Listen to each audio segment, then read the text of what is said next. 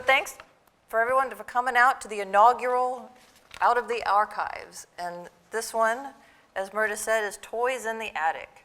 And just to give you a brief overview, on the museum side, we have 3,800 objects, and we have 6,300 photos. So obviously, we don't have everything on display. So we thought it would be nice to bring down some things that people don't see on a day-to-day basis and just tell the story behind them. And then I thought in between talking about what I've brought down today, I'm going to interject a couple photos of people with toys. And the best part about a lot of the photos we get is the writing on the back. So I'm looking forward to sharing that with you as well. Get my clicker. Okay. So the word toy, where did it come from? It's actually, we can't trace it back to one certain race or culture of people. It started becoming documented in writings around 1300. Amorous playing, sport. Then around 1500, it used to represent a piece of fun or entertainment. Then in the 1500s, it was sort of meant a thing of little value or a trifle. In the 1580s, it was used to describe a thing for a child to play with, and that's kind of where it ended up, and that's where it carries through today. Based on research and archaeology, it's believed that the doll was the first toy before plastic and before Bakelite toys. And how we find this out is through excavations of tombs. And the first toys were made out of carved stone or carved wood. And actually, here is an example. The oldest toy that's been excavated and preserved is about 4,500 years old.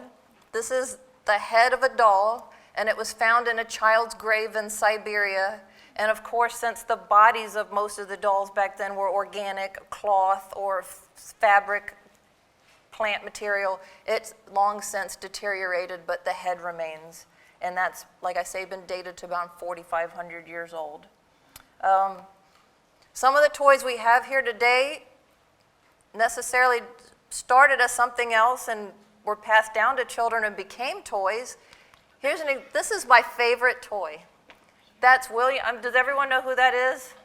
William the Hippo from the Metropolitan Museum.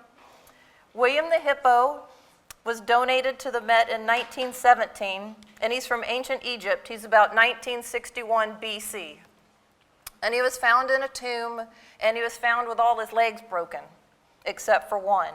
And the reason behind that is that they believed that ancient Egyptians believed that you would take a trip down the Nile to cross over into the afterlife, but hippos lived in the Nile River, and hippos ate people.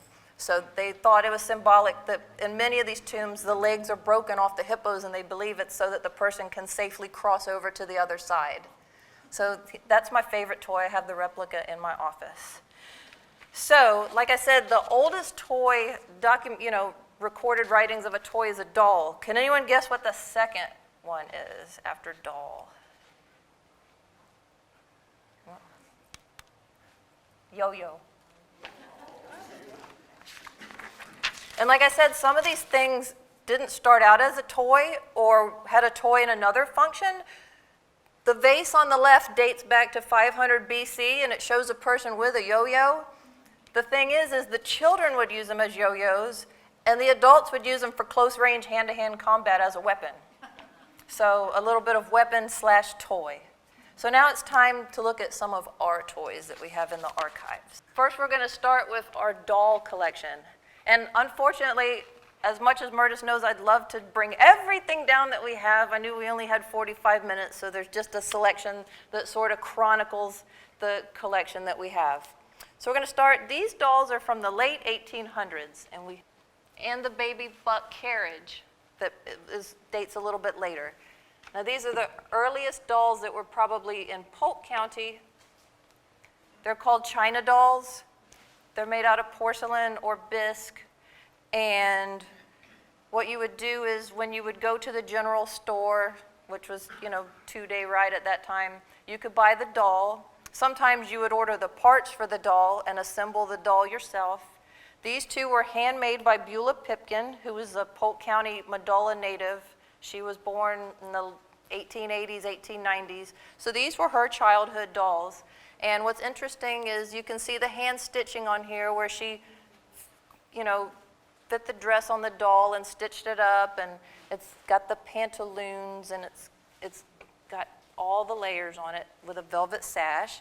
And this other one is quite typical of what you'd find in a late 1800s doll, whereas they would buy the doll and probably take scraps from their own clothes that were made in the family and make an accompanying dress. This is a handmade dress, and it's got the rose print with some nice rickrack detailed work on it. And so a lot of people would have the child's outfit, and then your doll would have a matching outfit.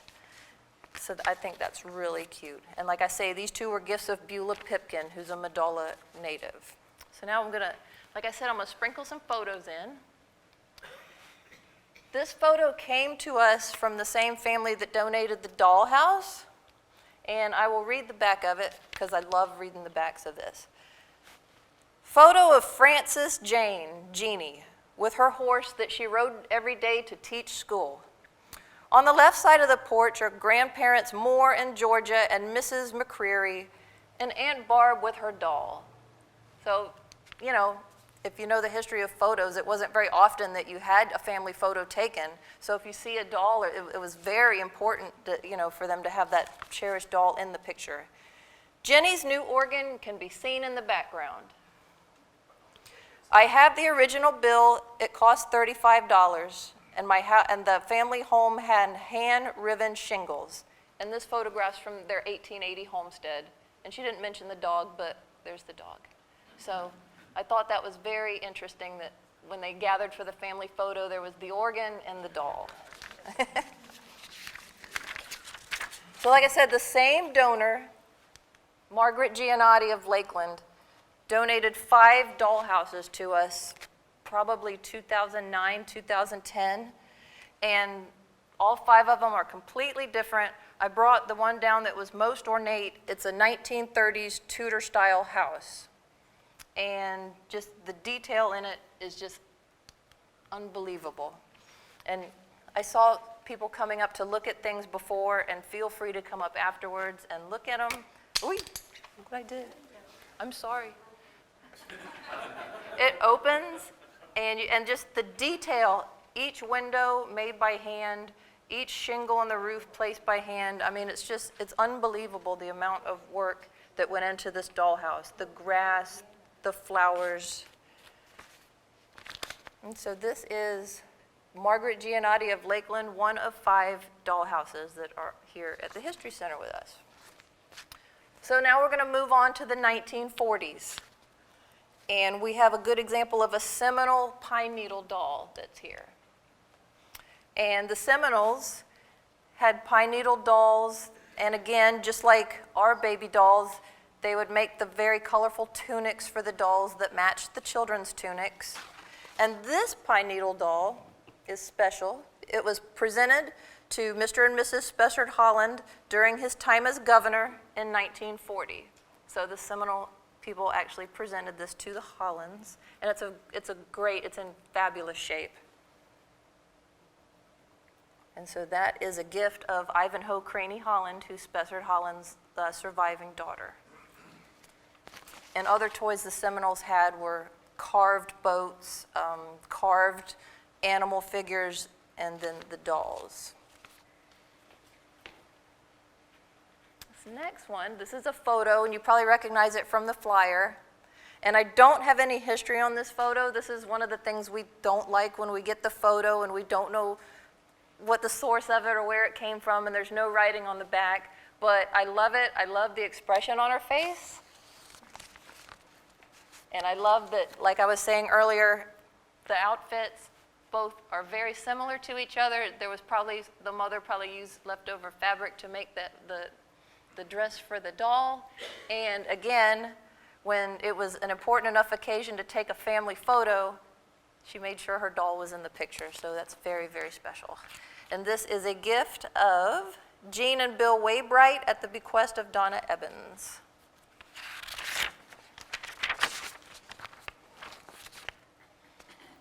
We're staying in the 1940s. We're going back. These are the 19 teens. These date back to World War I. These are World War I era wooden dolls.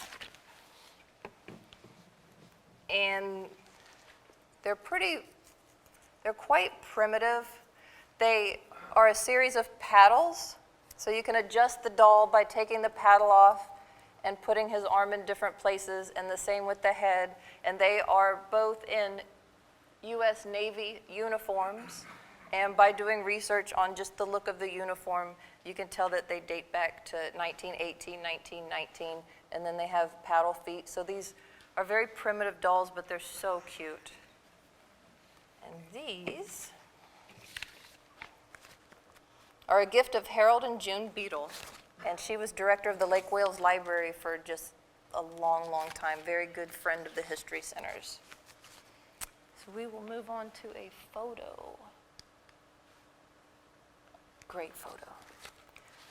This is a portrait photograph. It's part of the La Francine Burton collection, and she donated a lot of photos to us from the community of Moorhead, which was an early African-American settlement here in Polk County. The woman's not identified, but what I love, she's seated for her portrait, and it came with the inset, so it was an effect done by the photographer.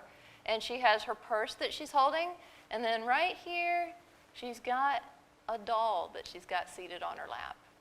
And I tried to do a little bit of research on the doll. At first glance, to me, it looked like maybe it was Dale Evans.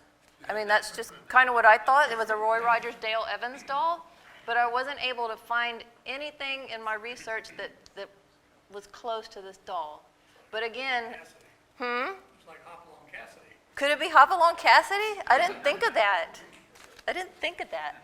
But I just love this. This isn't a child. This is a grown woman who chose to bring her favorite toy along with her purse to the photo session. And I think it's just remarkable how important your childhood toys become to you. And this is a great example of that. And like I said, this is from our La Francine Burton collection, which is kept over at the library. Moving on to the 1950s. You either love this or you hate it. This used to be on display years ago, and the students, you could never tell what kind of reaction you would get from it. This was a handmade doll pillow. It's blue and white. It's crocheted on the front, and it is hand-sewn fabric on the back. Since the doll is plastic, we date it in the 1950s or perhaps the early 1960s, and this is a handmade pillow by Lula Mae Woodruff. Lula Mae Coles Woodruff, 1910 to 1996, was a lifelong Bartow resident, and her son Claude Woodruff donated this and many, many other items to us, and we actually have some of his branding irons in our cattle exhibit because after the Civil War, they evolved into a very, very successful African-American cattle family. So again, this is a gift from the Woodruff family, and like I said, mixed reactions whenever this is on display. So we're going to evolve now. Like I said, plastic started coming along, so we've moved now from pine needles and wood and bisque. We're starting to see plastic. This is the final one that I'm going to show in the dolls, and this dates to the 1960s. This is a Shirley Temple doll. Looks nothing like Shirley Temple at all, but it's from the Ideal Toy Company, and this is when they started mass producing dolls to be sold to the general public, and they were more affordable and didn't have to be made or dressed. They came in full dress. And this, like I said, is from the Ideal Toy Company, and it's called a sleepy-eyed doll because it's one of the first dolls where you would tip it and her eyes would close. And I didn't bring the box down, but it's got Shirley Temple's signature, and it commemorates her role in the movie Heidi. So this is 1960s, and this is a gift from Tom Muir, who was the curator here before me.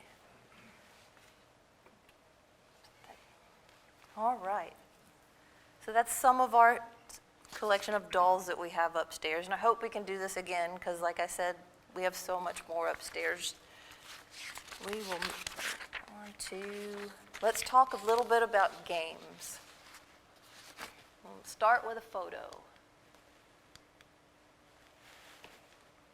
This is, before there was Lionel Playworld, before there was Toys R Us, before there was Amazon, where did you go to get your toys? There wasn't really a dedicated toy store because that wouldn't really be enough to make your business successful. So this is in Bartow. This is Wert's Furniture Store. And the photo dates back to about 1900 to 1910, and it was on the corner of Summerlin and Wilson Avenue. The back of the photo says, on the left is J.L. Wirt, who sold toys at Christmas, but also did embalming and provided a horse-drawn hearse for funerals. So, at the very least, he's extremely entrepreneurial. So it's just a great example of where did you get your toys? Because you either made them, or you waited till Christmas time, or if you were well-to-do, you could send away from them, and if not, you would just get them in Bartow from the embalmer and furniture salesman. So I just love what's written on the back of these photos. So we will start with some games. These date to about 1900. I'm sure there were more because they don't have all the letters on them. But these are 13 handmade wooden blocks with painted letters and numbers on two sides. Probably made by the donor's grandfather for the donor's father. And again, these are presents, these are gifts from Harold and June Beadle. June Beadle played a large role in the Historical and Genealogical Library and was the director of Lake Wales for a very long time. And she donated many of these games. But this is just, who didn't have a set of blocks?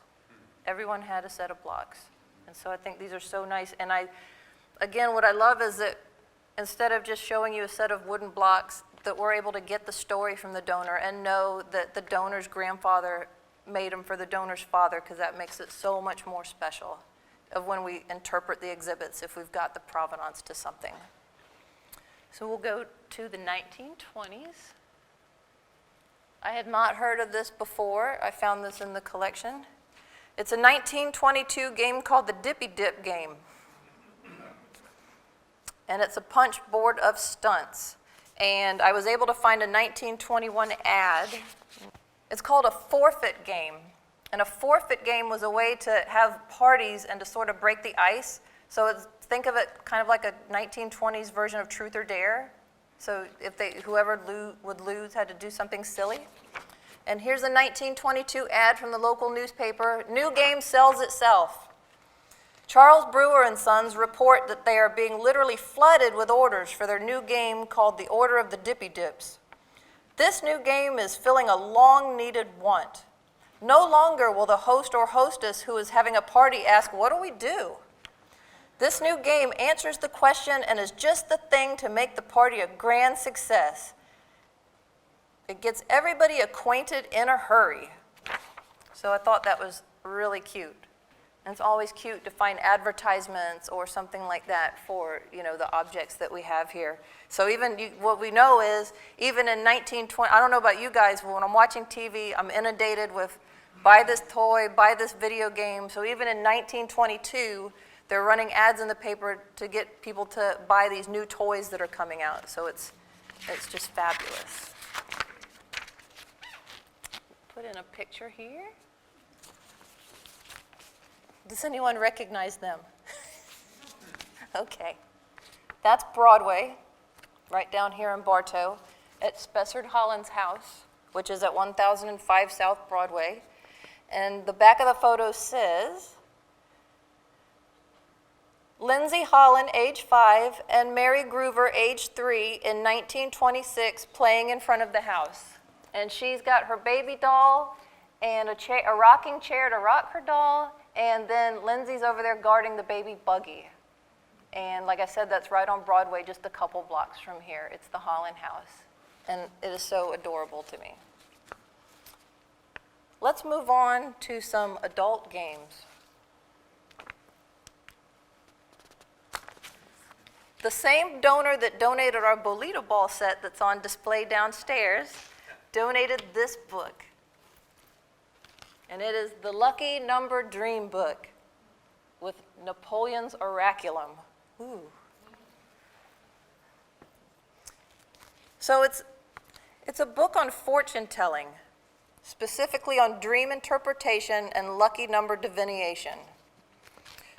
It offers the meaning of your dreams and delves into fortune telling based on tea leaves, moles on your skin, color of your hair, and features of your face, and dice reading, palm reading, and there's even a section on Napoleon's Oraculum. Okay. The Oraculum was discovered in one of the royal tombs of Egypt during a French military expedition in 1801. Napoleon ordered the manuscript to be translated, and from that time onwards, the Oraculum has remained one of Napoleon's most prized possessions. So this is basically a numbers book, and I sort of correlate this with today when you're in the checkout line and you see the lucky numbers for the lottery and things like that. So even back in 1926, they've got these numbers books that they're selling.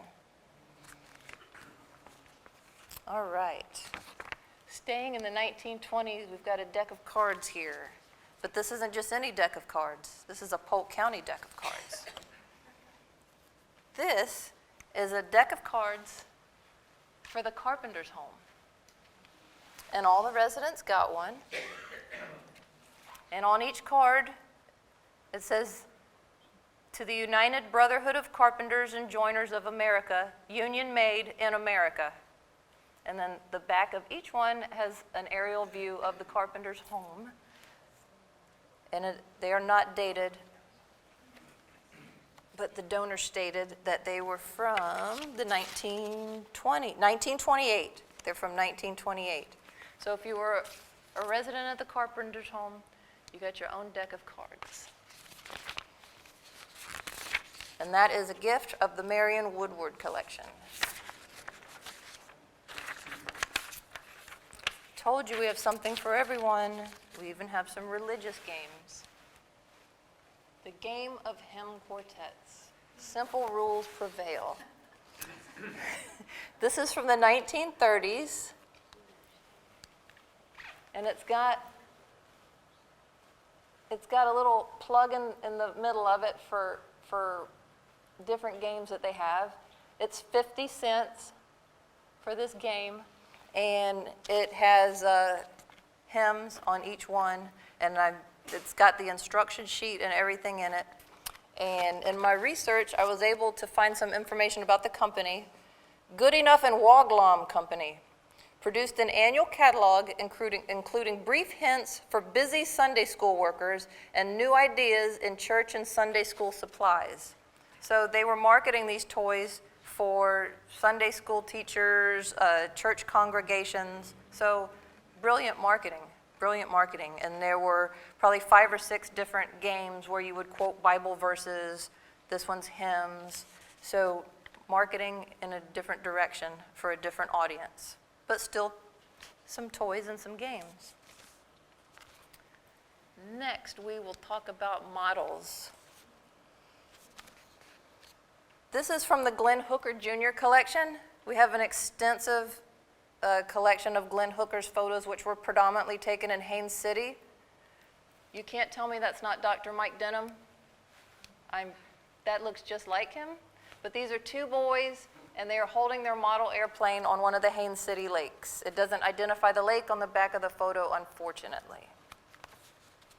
And they are, like I said, got their model airplane. Okay. This is this is one of the ones that didn't start off being a toy and became a toy. This is an Adams leaning wheel grater in red and black with a gold-colored grater. Now what this is this is a salesman sample. So it's 1900, it's 1910. You're a heavy equipment, you're a tractor, you're an agricultural equipment salesman. How do you get to these rural farming communities Or how do they get to you to see the equipment, you know, to get the specs on it and everything? What the companies would do is they would build this to scale in every detail. Everything on this turns just like a real grater would. It's all to scale. Everything functions on it. The pulley strings have broken, they've deteriorated over time. But what the salesmen would do is they would go to the farms in the rural parts of the county and nationwide with a couple of these, and that's how they would promote their equipment. And as the models changed over the years and this became obsolete, they would become cherished toys for the children of the salesmen. So, and incidentally, we don't like to value anything here at the History Center, but you can find them on auction anywhere from $5,000 to $30,000. So they're quite collectible. They're quite collectible. And I was, you know, cleaning it for the presentation, and just the minute details is just outstanding. So this is a salesman's sample, which later became a toy, and it's a road grader. And there's tractors, there's heavy equipment, there's seed planters, there's a model for everything. And this one dates to the 1910s. And this was found in our collection.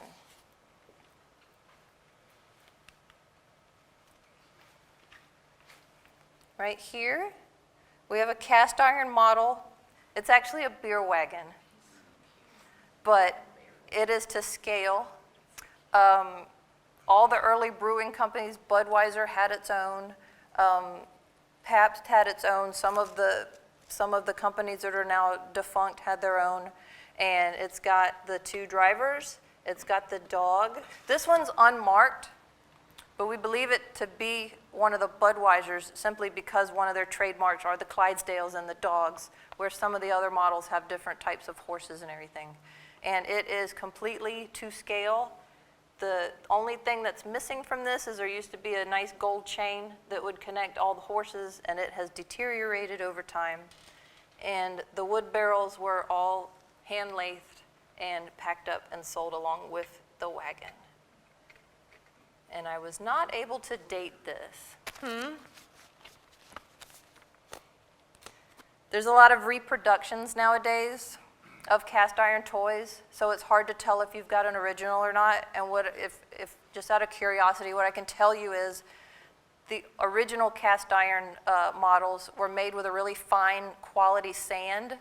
So it's funny, actually, it's the opposite of what happens a lot of times. The smoother and the more minute, the better the detail and the smoother the finishes are, then it's original.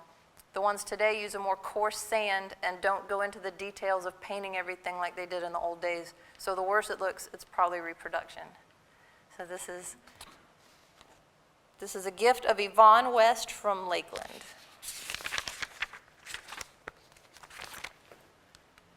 This is my favorite. This is just fantastic.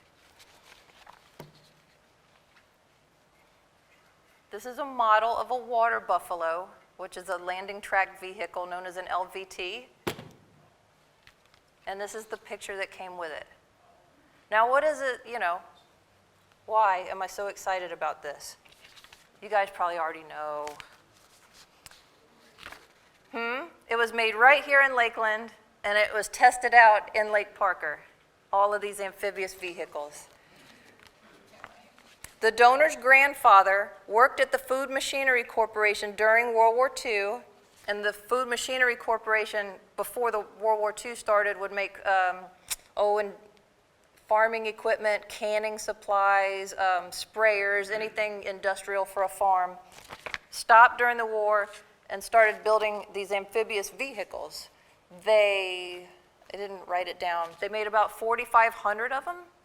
And as they would roll off the assembly line, they'd roll them into Lake Parker, fire them up, test them out, make sure they worked, and send them off to battle over in Europe.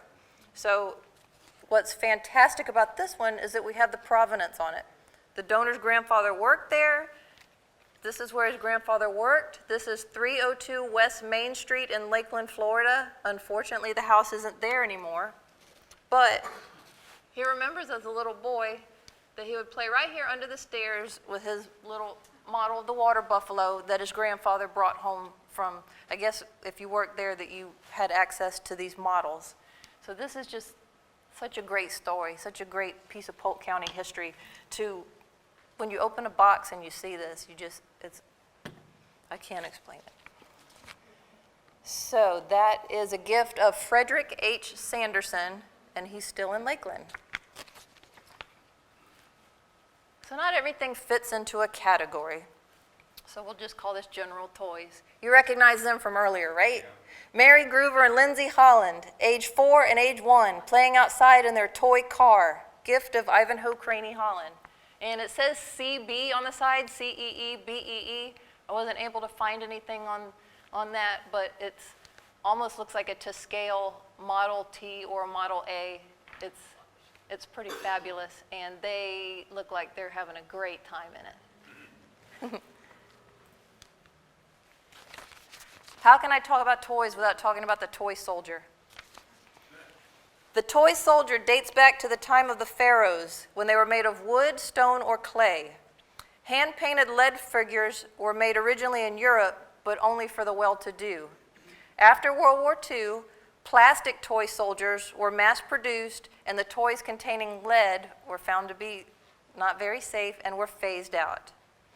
These are 13 toy soldiers with the gun and the 2 vehicles. And this is a gift from Carol Marler from the home, and this came from the home of Adele Beavis Durrance, who was the second wife of W.F. Beavis. So this is our toy soldier collection. They're smaller than the standard size, but can't have to talk about. It's also an ambulance in here. Yes. That's one of the problems with playing with war. I know. I'm glad you brought that to my attention. I forgot to mention the ambulance. But just, I don't know if they still play with toy soldiers now, but just, that's what. Are those metal? These are plastic, so these are post-World War II. Post-World War II.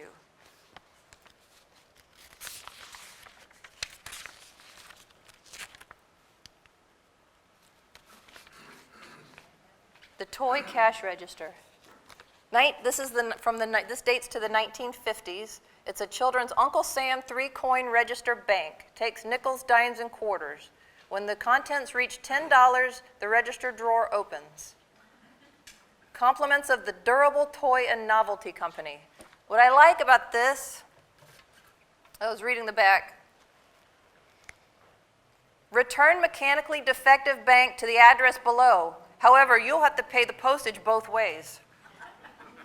A check will be mailed to you for the contents at our discretion. So, that's just as interesting as the cash register to me is the description of it. And I know I had a toy cash register, and just, it was so much fun to play with because you could play store. We have one more picture. Again, this is from the La Francine Burton collection. It's a Moorhead family, and it was taken in the 1930s. Luckily, it's identified. We have Ralph Waldron, his wife Rose Waldron, their daughter Doris Waldron, and their nephew Roy Waldron. And she's holding her baby doll, and he is holding a stuffed teddy bear. So again, family photo time. They grab their most cherished possessions to be in the photo with them, and it's just fantastic. And that is the Waldron family, and again, that's the gift from the La Francine Burton photo collection. So I'll end with this. I'll end with a very popular toy worldwide that started right here in America. The teddy bear. Ironically, mine says Berlin. And she came with a crown, and she came dressed in this dress that is 5 times too big for her. But again, whoever had her must have really liked that dress and wanted her to be in it. It's a black bear with a blue flowered dress and a white blouse trimmed with eyelet on the neck and sleeves. On her sash it says Berlin Grupt, and it's a gift. It was donated to us from the Polk Public Museum. And it was donated from one museum to another. And The name Teddy, I'll close with a brief description of how the teddy bear got their name. The name teddy bear comes from former United States President Theodore Roosevelt. The name originated from an incident on a bear hunting trip in Mississippi in November of 1902. Roosevelt's attendants tied an American black bear to a tree and called Roosevelt to the site and suggested that he shoot it. He refused to shoot the bear himself, deeming this unsportsmanlike, and it became the topic of a political cartoon by Clifford Berryman in the Washington Post on November 16, 1902. Morris Mitchum saw the drawing of Roosevelt and was inspired to create a teddy bear. He created the tiny soft bear cub and put it in the shop with a sign that said Teddy's Bear after sending the bear to Teddy Roosevelt and receiving permission to use his name. The toys were an immediate success, and Mitchum founded the Ideal Novelty and Toy Company. And the rest is history. Again, a gift from the Polk Public Museum. So I would like to close by saying that we exist by the donations of the community. Everything you see here was donated to us by Polk Countyans or people that have moved to Polk County. So please, please think of us when you have things that you'd like to donate. As a matter of fact, Tim Poshpickle came with an actual donation today to carry on with he saw the flyer. And so he came with a donation in hand. So after this, I'm going to accession this great 1940s era Victory Jungle Puzzle.